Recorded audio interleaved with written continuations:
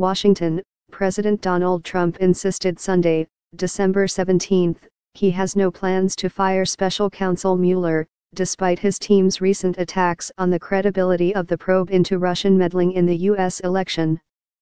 With the ex-FBI director's investigation making inroads into the president's inner circle in recent weeks, Republicans have sought to cast doubt on its impartiality and pressed for a new independent prosecutor to investigate anti-Trump bias.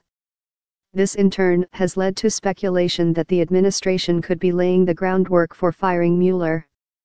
But Trump shot down those rumors. Asked whether he was going to fire Mueller, the president told reporters, "No, I am not."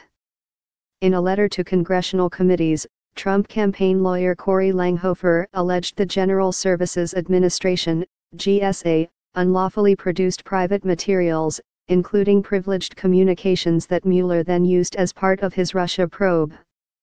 The GSA is the government agency that supports presidential transitions, the interim period after a new president is elected but before he takes office.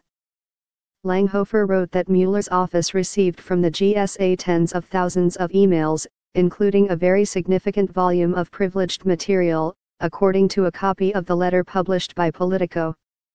The letter added that a warrant should have been obtained for such materials, and said it violated the Presidential Transition Act. Trump said, "My people are very upset about it, calling the development quite sad. I can't imagine there's anything on them, frankly, because as we said, there's no collusion. There's no collusion whatsoever."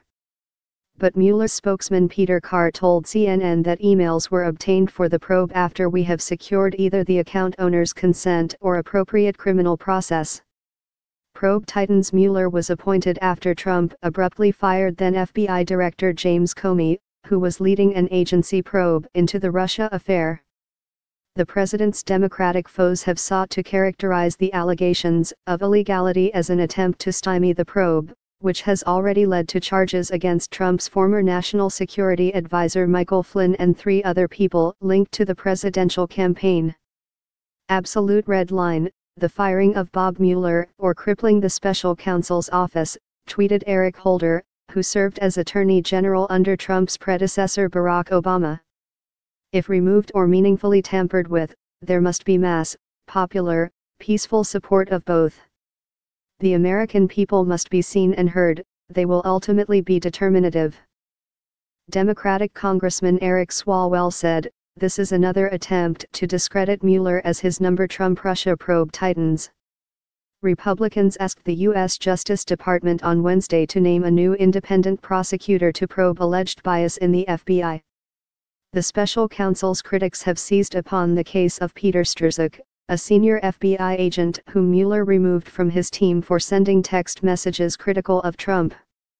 In addition to whether Trump's campaign team colluded with Russia to help him win last year's election, the special counsel is also looking at possible obstruction of justice linked to Trump's firing of Comey.